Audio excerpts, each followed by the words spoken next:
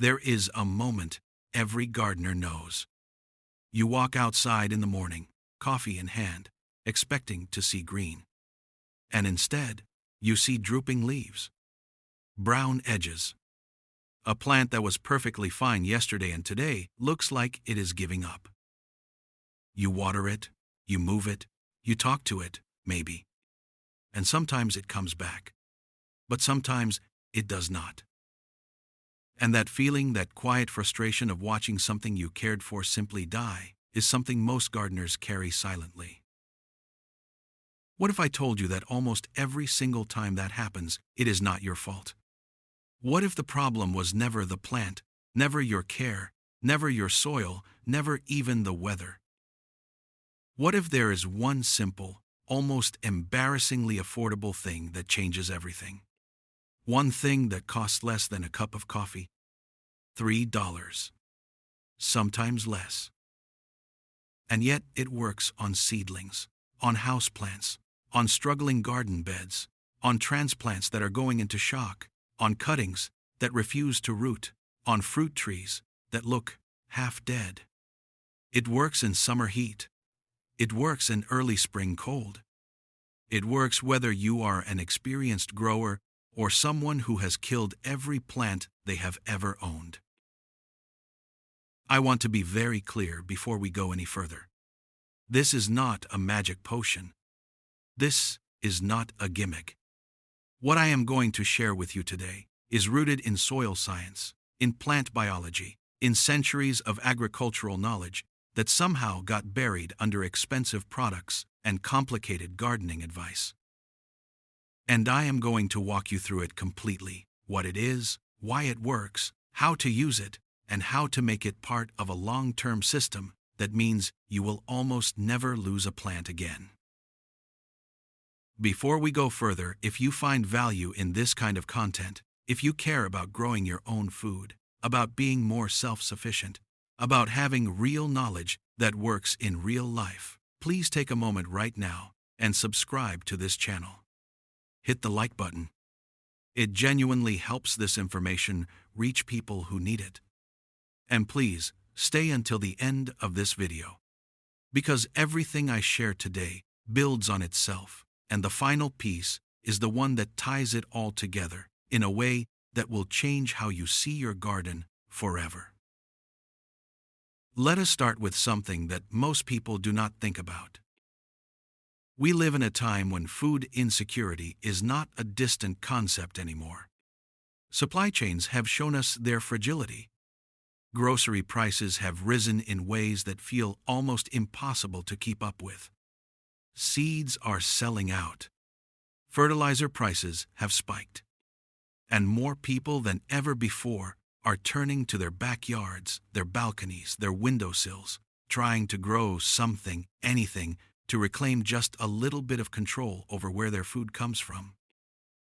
That is not fear talking. That is wisdom. Every generation before us, without exception, grew some portion of their own food. It was not a hobby. It was survival. And yet here is the tragedy. The majority of people who try to start a garden give up within the first season. Not because they lack passion, not because they lack space, but because they lose plants. They watch things die. They feel like they are doing something wrong. And instead of being given simple, foundational answers, they are sent down a rabbit hole of expensive fertilizers, complicated soil amendments, pH meters, grow lights, and products that promise miracles but rarely deliver. The gardening industry is a billion-dollar industry for a reason. It profits from your confusion, from your failures, from making you feel like you need something more. What I am going to give you today costs $3, maybe $2. Depending on where you live, you might already have it in your kitchen. And I want you to hold that in your mind as we go through this, because the gap between what actually works and what gets sold to us is one of the most important things a modern gardener needs to understand. Let us talk about what is actually happening when a plant struggles. Picture this with me. You have a seedling. It is small, fragile, newly transplanted from a little pot into the open ground. Its roots, which were used to a contained, sheltered environment, are now suddenly surrounded by unfamiliar soil. The microbial life in that new soil is different. The moisture levels are different. The temperature at the root zone fluctuates. And the plant, in a very real biological sense, goes into shock. This is called transplant shock. And it kills more plants than drought, disease, or pests combined. Most people see a wilting transplant and immediately add more water, which often makes things worse. Because the issue is not water. The issue is stress. Cellular stress. Root stress. A disruption in the plant's ability to take up the water that is already there. Here is where it gets fascinating. And this is the first core principle I want you to truly understand. Plants, like all living things, respond to stress with a cascade of internal chemical reactions. When a plant is stressed, whether from transplanting, drought, cold snaps, root damage, or overwatering, it diverts energy away from growth, away from fruit production, away from everything you are trying to encourage. And it channels that energy into survival mode. Think of it like a person who just got into a car accident. Their body is not thinking about dinner. It is thinking about staying alive. Blood rushes to the vital organs. Everything non-essential shuts down. A stressed plant does the same thing. It closes its stomata, the tiny pores on its leaves, to stop water loss. It slows root expansion. It stops flowering. It waits. Now here is what most people do not know.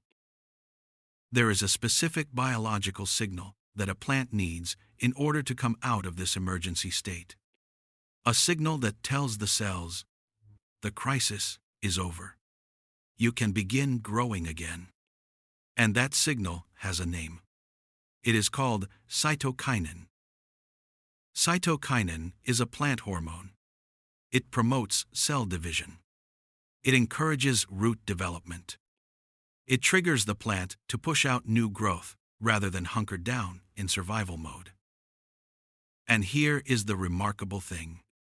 There is a natural substance, cheap, common, and used by gardeners for centuries before it had a scientific name, that causes a massive spike in cytokinin production in plants. That substance is willow water. Willow water. 2 words. $3 worth of willow branches, or $0 if you have a willow tree nearby. A bucket of water. 24 to 48 hours of soaking. And the result is one of the most powerful plant-available rooting and recovery tonics that exists in nature. This is the $3 secret.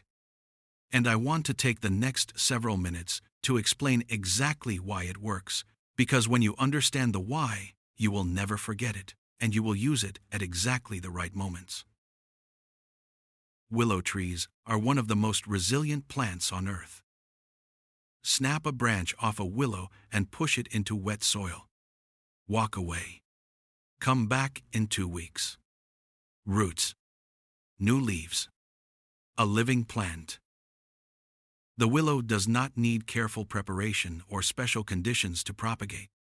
It roots from a stick in a puddle. It grows back from stumps that should be dead. It regenerates from pieces left on the ground after a flood. For thousands of years, farmers and herbalists observed this and asked the question that science would eventually answer: why? The answer lies in the bark and young shoots of willow trees. They contain 2 primary active compounds. The first is indole, 3-butyric acid. You may have seen this on the label of commercial rooting hormone powder. It is abbreviated IBA. It is, in fact, the active ingredient in most rooting powders sold at garden centers for $8 to $15 a container. And Willow contains it naturally, abundantly, in a water-soluble form that plants can absorb directly through their roots and stems. The second compound is salicylic acid. This one you likely already know by a different name. Aspirin. The active ingredient in aspirin is derived from salicylic acid, which was first isolated from willow bark. Salicylic acid is a plant immune system booster. It activates what is called systemic acquired resistance. Essentially, it puts a plant's defenses on high alert, helping it resist disease, fungal infections, and bacterial pathogens during the vulnerable recovery period. So when you water a struggling plant with willow water, you are not just adding moisture. You are delivering a targeted cocktail of rooting hormone and immune stimulant directly to the root zone.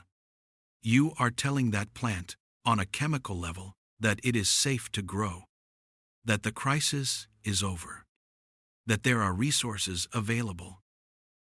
This is crucial, because most plant problems are not nutrient deficiencies. They are stress responses. And willow water addresses the root cause, literally and figuratively, rather than masking the symptoms. Now let me walk you through exactly how to make it. Because simplicity is the point. And I want you to see how completely accessible this is. You need young willow branches. The newer and more flexible, the better. You are looking for the growth from the current or previous season, the whippy greenish-yellow shoots. These have the highest concentration of both IBA and salicylic acid.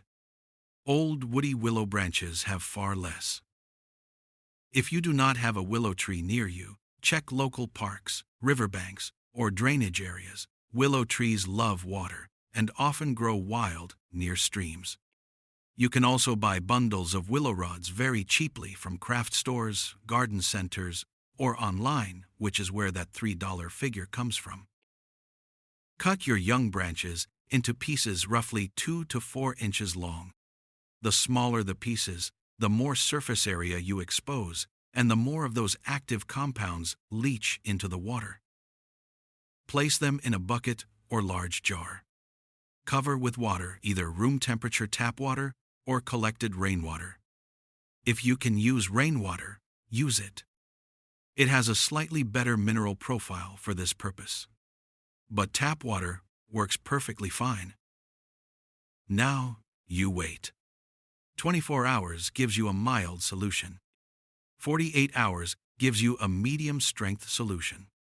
72 hours is your maximum. After that, the water can begin to ferment, and the beneficial compounds start to degrade. The finished product will be pale golden to light amber in color. It has a faintly herbal, woody smell. Nothing unpleasant. And it is ready to use immediately, or can be stored in a sealed jar in the refrigerator for up to 2 months without losing significant potency. Use it at room temperature when you apply it. Cold water on root zones causes its own minor stress response. Let us talk about application now. Because how you use it matters just as much as what it is. This is the part most people skip and then wonder why they are not getting dramatic results. For transplants going into the ground, soak the root ball of your plant in undiluted willow water for 1 to 4 hours before planting. Then, water the planting hole with willow water before you put the plant in. Then, water in after planting with willow water as well. You are essentially bathing the roots in recovery signal from the moment they enter the new environment. The difference in transplant success rates is not subtle. It is remarkable. Most people who try this for the first time cannot believe how quickly a transplant establishes and begins growing again. For struggling plants already in the ground, water deeply and thoroughly at the root zone with willow water every 3 to 4 days, for 2 weeks. Do not pour it on the leaves. The soil is where the roots are, and the roots are where you need this to go. You can foliar spray a very diluted solution, 1 part willow water to 5 parts plain water, but the soil drench is always the primary method. For cuttings, and this is where willow water becomes almost magical, you have 2 choices. You can root your cuttings directly in a jar of diluted willow water. Or you can dip the cut end in concentrated willow water for 30 minutes before planting in rooting medium. Both work. Both dramatically outperform plain water and often outperform commercial rooting hormone powder as well, because unlike the powder, willow water also feeds the new roots as they form. Stay with me, because this next part is important. There is a misconception I want to address directly. Some people hear about willow water and think, all right, I will just water everything with this, all the time, forever. And I want to gently steer you away from that idea. Willow water is a targeted intervention tool. It is for moments of stress, transplanting, recovery from drought or overwatering, after root pruning, when establishing cuttings, when a plant is showing signs of struggle. Using it constantly on established, healthy plants will not cause harm. But it will also not produce dramatic results. Healthy plants already have the hormonal balance they need. Willow water shines when a plant is in deficit, when it cannot produce enough of its own growth hormones to overcome a challenge. That is when you step in. That is when $3 changes everything. Now, I want to expand the conversation, because willow water is the $3 secret, but it is most powerful when it is part of a larger understanding. And that larger understanding starts with something I call the 3 layers of plant survival. These are the 3 things that determine whether a plant lives or dies, whether it produces abundantly or struggles to survive, whether your garden becomes a source of genuine food security or a source of ongoing frustration. Every experienced gardener, whether they use these exact words or not, operates by these 3 principles. And once you understand them, you will look at your garden and every struggling plant in it through a completely different lens. The first layer is the root environment. This is the foundation of everything, and it is almost entirely invisible. We spend so much time looking at the above-ground parts of a plant, the leaves, the fruit, the flowers, that we forget the entire story is being written underground. Roots are not just anchors. They are the plant's entire sensory and nutritional system. They detect moisture gradients and grow toward water. They detect nutrient pockets and colonize them. They communicate with soil fungi through an exchange system so sophisticated that scientists have compared it to a neural network. The mycorrhizal fungi that colonize healthy roots extend the plant's reach by hundreds of times. A plant with a healthy fungal relationship can access water and phosphorus from soil zones its own roots will never physically reach. A plant without that relationship is essentially blindfolded and alone in the dark, dependent only on what it can touch directly. This is why soil health is not a secondary consideration. It is the primary one. And it is why so many gardeners who focus obsessively on feeding their plants above ground never solve their core problems. You can pour the most expensive liquid fertilizer in the world onto a plant with damaged, compact, biologically dead soil, and it will not respond well. Because the roots cannot function in that environment. They cannot absorb efficiently. They cannot communicate. They are isolated. Willow water, applied at the root zone, is one of the few things that directly supports root function during stress. But the long-term answer, the thing that makes willow water almost unnecessary over time, is building soil that roots want to live in. The second layer is moisture balance. Not moisture. moisture balance. The difference is enormous. Most people kill their plants with kindness. They overwater. Constantly. Not because they are careless, but because watering feels like care. It feels like doing something. And modern life trains us to feel like we should always be doing something. Here is the biological reality. Roots need two things simultaneously: moisture and oxygen. Saturated soil contains almost no oxygen. When roots sit in constantly wet soil, they begin to suffocate. And then they begin to rot. Root rot is not a disease in the traditional sense. It is a consequence. The consequence of displacing oxygen from the root zone for too long. On the other end of the spectrum, underwatering causes wilting, cellular damage, and a stress response that, if prolonged, becomes permanent. The goal, and this is simple but requires attention, is consistent moisture with good drainage.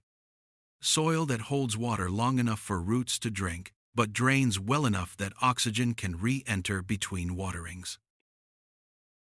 Most people who claim to have a black thumb, who believe they simply cannot grow things, are actually chronic overwaterers. When they kill a plant, they water it more.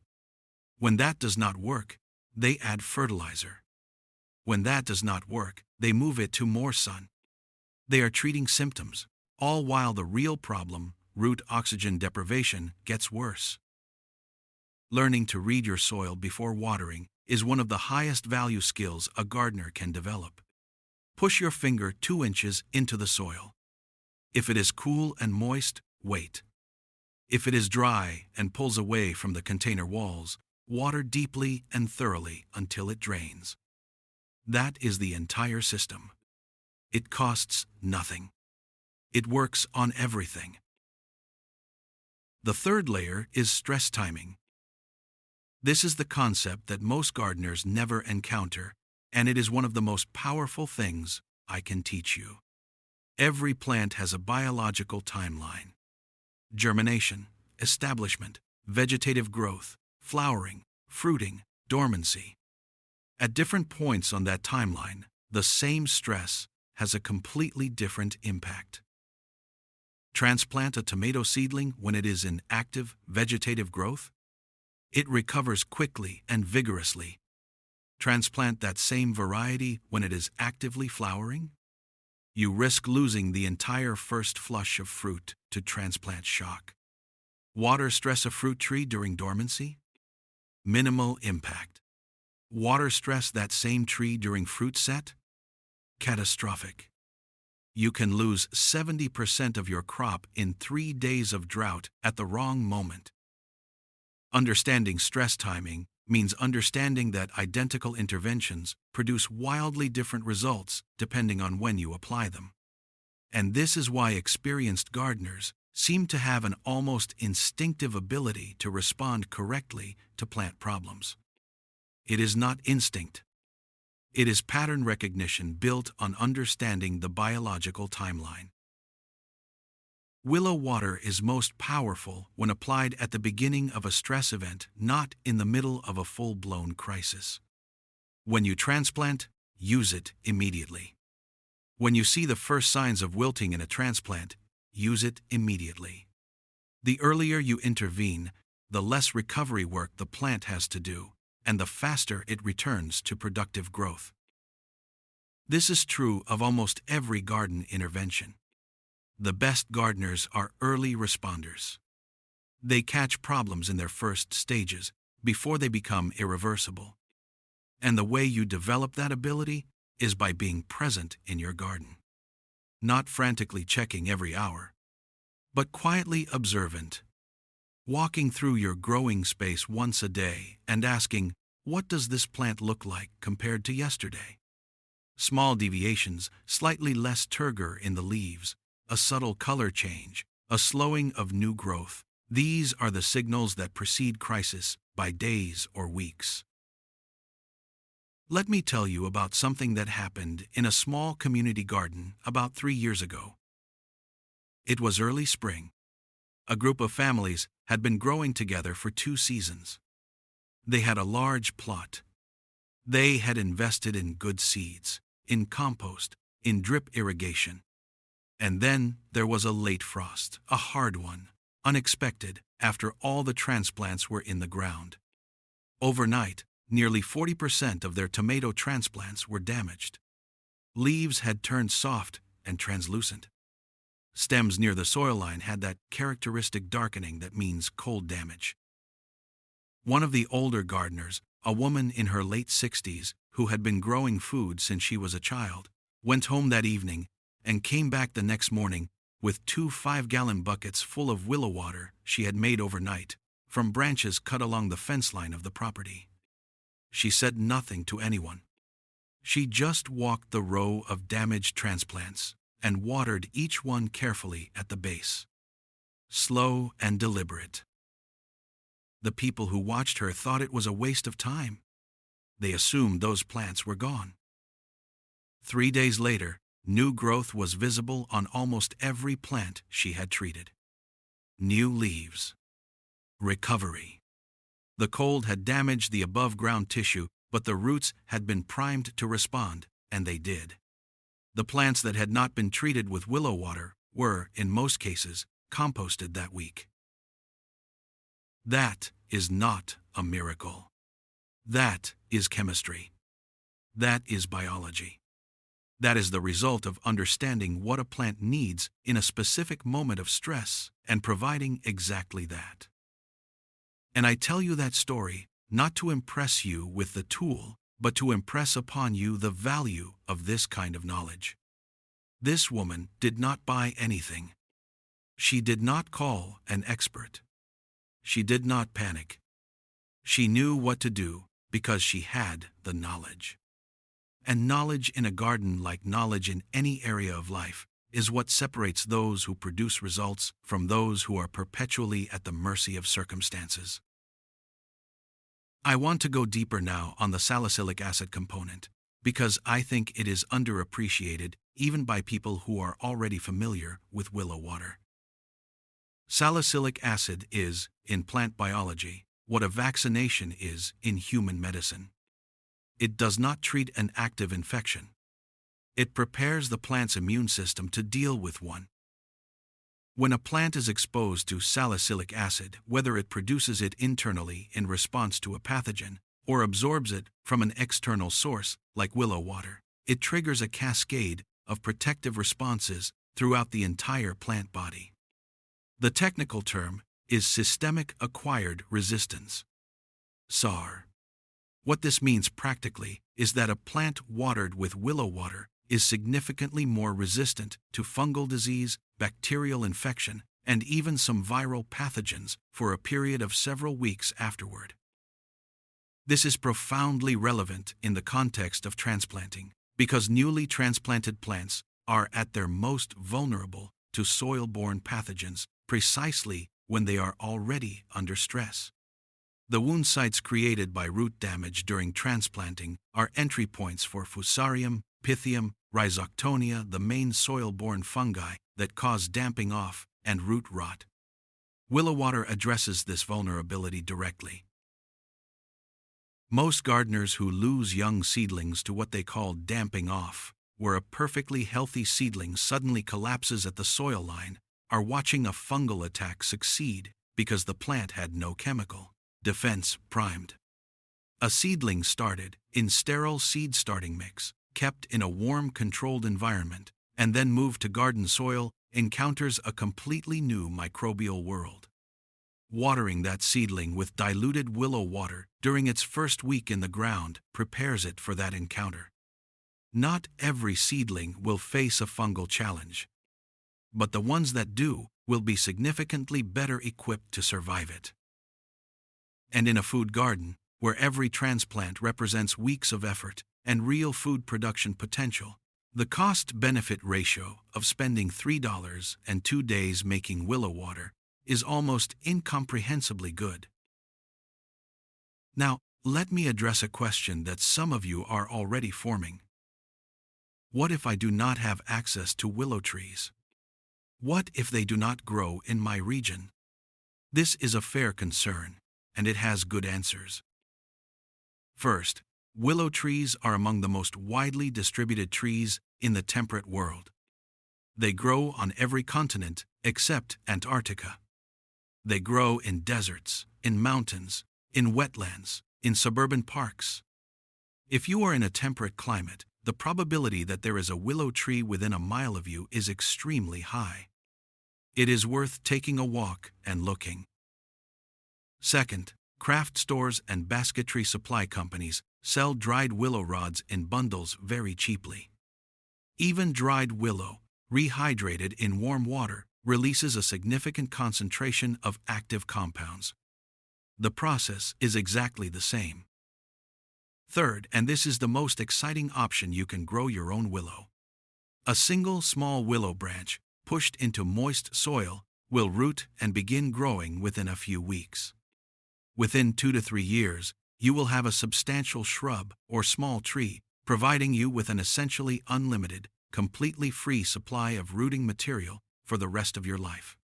There are compact ornamental willow varieties that are perfectly suited to small gardens or even large containers. This is the kind of long-term thinking that transforms a garden from a seasonal project into a permanent, resilient food system. Let us talk about the broader picture now.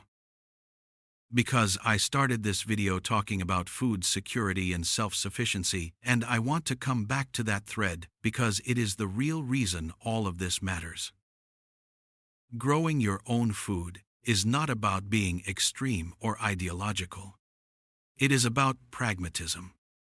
It is about recognizing that every skill you build, every system you establish, every tool you add to your knowledge base makes you incrementally more capable and more resilient. The families who built victory gardens during World War II were not survivalists. They were ordinary people who responded to a real constraint with practical action. 40% of the vegetables consumed in the United States during those years were grown in backyard and community gardens. 40%. That number is staggering when you think about what it means. Ordinary people with ordinary yards, producing extraordinary results because they had knowledge, they had seeds, and they had community. We are in a different kind of moment now. The threats are more diffuse, slower moving, but no less real. Supply chain fragility, climate volatility, economic pressure on food prices, water scarcity in some regions. These are not hypothetical concerns. They are documented, measurable, ongoing trends. And the response does not need to be fear. The response can be something much more empowering than fear. The response can be action. Small, consistent, cumulative action. A seed planted today. A cutting rooted this week. A jar of willow water soaking on the windowsill. These are not small things. They are the building blocks of genuine independence. I want to give you something practical before we move toward the close.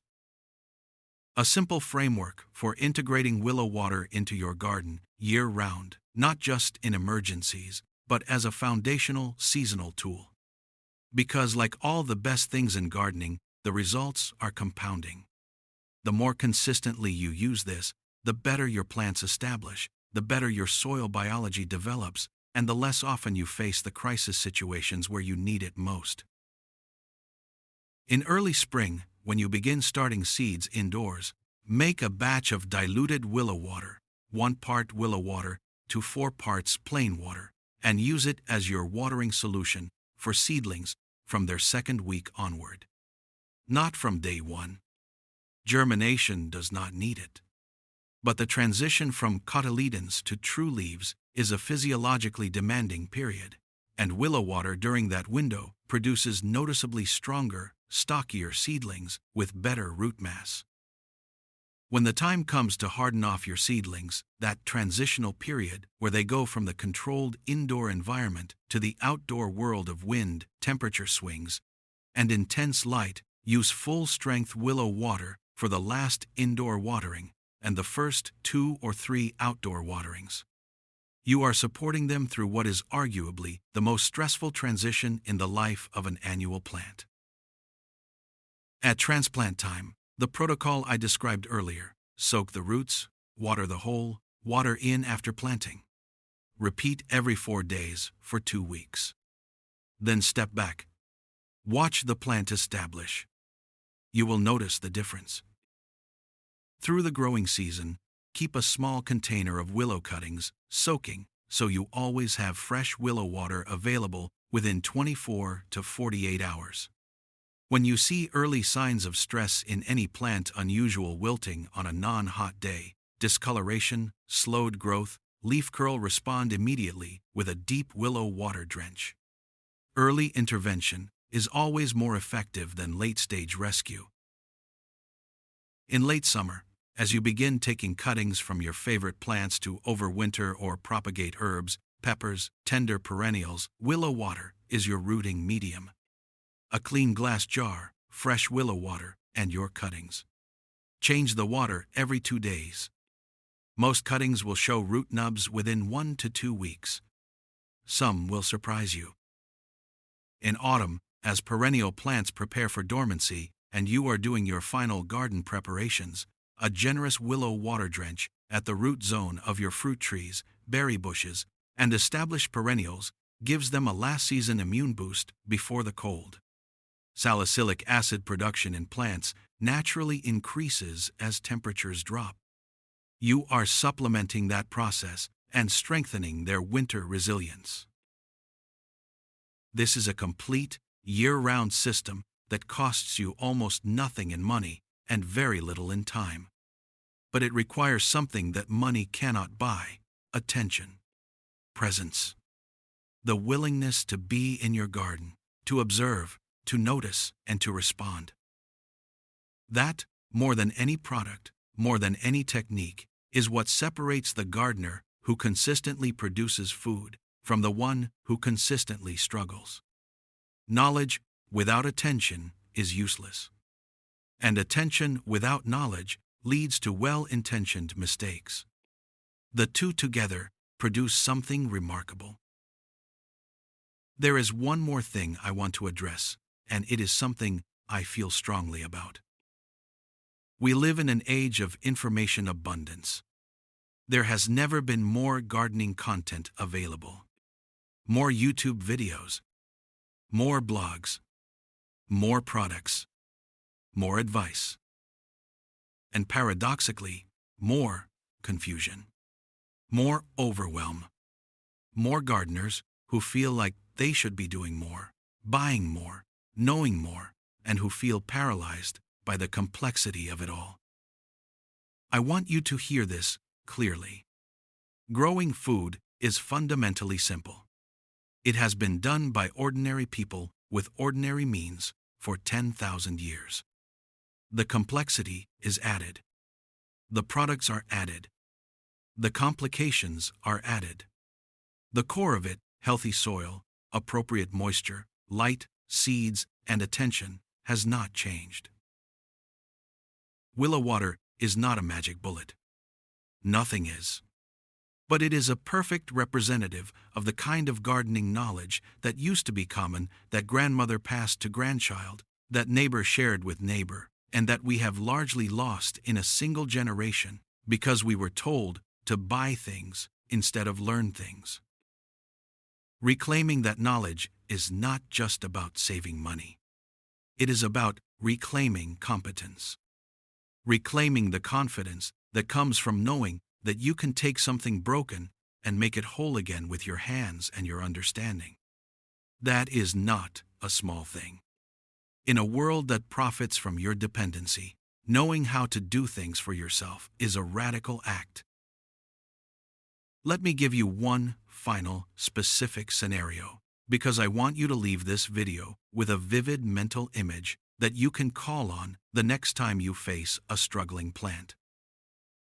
Imagine it is mid-May. You have just transplanted your tomatoes. You worked hard on your bed preparation. You have good, rich soil. You planted in the evening to avoid sun stress. You watered in gently. And the next morning, you go outside, and the tomatoes are limp, drooping, looking exactly like failure. An experienced gardener looks at this and feels nothing but calm, because they know it is normal. Transplant wilting is normal for 12 to 24 hours in most conditions. But they also know that without support, some percentage of those plants will take a week or more to recover, and a slow start means a late harvest. So they go to the refrigerator, where a jar of willow water has been sitting since 3 days ago. They bring it to room temperature for 30 minutes. They pour a generous amount, about a cup per plant, slowly and directly at the base of each wilting tomato. Not on the leaves. Into the soil. Into the root zone. And they walk away. That evening, half the plants are already showing recovery. By the following morning, almost all are standing upright, showing the slight upward curl of the leaves that signals new turgidity. By day 4, they have visible new growth. The transplant shock window, which could have lasted 2 weeks, lasted less than 2 days. The harvest window opened earlier. The food came in sooner. That is the real value of this. Not just that the plants survived. They would probably have survived without the willow water. The value is the time recovered. The stress reduced. The food produced faster. The confidence built. The knowledge that you intervened correctly and the system responded. That is what a garden should feel like. Not a source of anxiety and repeated failure. A place where your knowledge meets living systems and produces results. We are nearly at the end of this video. And I want to leave you with something bigger than willow water. Something that I hope echoes in your mind long after you have closed this page. The knowledge that allows you to grow food, real food, abundant food, year after year, is one of the most durable and valuable things a human being can own. Not valuable in a monetary sense, though it absolutely has monetary value. Valuable in the sense that it cannot be inflated away. It cannot be discontinued. It cannot be recalled by a manufacturer or made obsolete by a software update. It lives in your hands and in your mind. And it grows just like the plants it serves when you practice it, share it, and pass it on.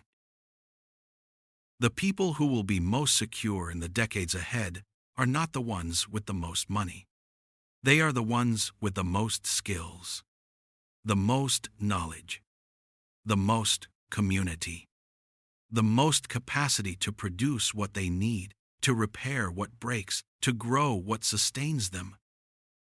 A $3 batch of willow water is the smallest possible version of that principle. But the principle itself is enormous. And you already understand it. Because you are here. Because you spent this time learning something that most people would never think to look for. That is not an accident. That is character. So here is what I want you to do. Not someday. Not when the season is right. This week. Find some willow branches. Cut them small. Put them in water. Set a timer for 48 hours. And when that timer goes off, you will have in your hands one of the most effective plant recovery tools in existence, made entirely from nature, for almost no cost. And the next time a plant struggles, because they will, because that is gardening, you will not feel helpless. You will know exactly what to reach for. And that feeling, that competence, that readiness is what I am really trying to give you today. If this video helped you, if it gave you something genuinely useful, something you will use in your garden, please subscribe to this channel right now. Every subscriber tells this platform that this kind of content matters. That practical, research-backed, accessible gardening knowledge deserves to exist and to be found by the people who need it. Hit the like button. Share this video with someone who gardens or someone who has been thinking about starting. Because this knowledge should not be rare. It should be common. It should be the thing every new gardener learns on their first day, not something they stumble upon after years of unnecessary failure. And leave a comment below. Tell me, have you tried willow water before? Have you had a plant come back from what seemed like certain death? Is there a specific plant or a specific problem you are facing right now that you would like help with? I read every comment. I respond to as many as I can. Your question might become the next video. Thank you for being here. Thank you for caring enough to spend this time learning something real. Your garden is waiting. And now, so is your willow water.